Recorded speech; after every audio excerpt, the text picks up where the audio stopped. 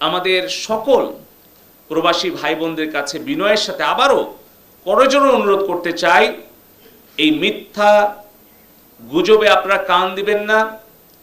আমাদের দেশের সম্পদ, আমাদের সরকারের যত অবকাঠামো, এগুলো কিন্তু আপনাদের রেমিটেন্সের পয়সা।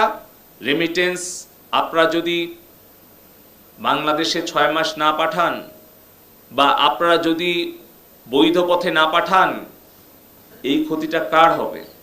এই ক্ষতিটা হবে আমাদের প্রবাসী ভাই বোনদের পরিবারের, আমাদের দেশের সামগ্রিক উন্নয়নের ক্ষতি হবে। মাননীয় প্রধানমন্ত্রীকে, আমাদেরকে আক্রমণ করা হচ্ছে, এমন ভাষায় আক্রমণ করা হচ্ছে, এটা কোনো সুস্থ স্বাভাবিক মানুষের পক্ষে সম্ভব নয়। যারা আজকে উস্কানি দিচ্ছে যে রেমিটেন্স পাঠিয়েন না, রেমিটেন্স পাঠানো 6 মাস বন্ধ রাখেন, তাহলে পারে সরকার পতন হয়ে যাবে, আমি তাদের উদ্দেশ্যে বলতে চাই, 2009 সালে আওয়ামী লীগের সরকার গঠনের আগে আর কি কোনো সরকার ছিল না? তখন তারা কেন এই ইন্টারনেটের দাম কমাতে পারলো না? কেন তারা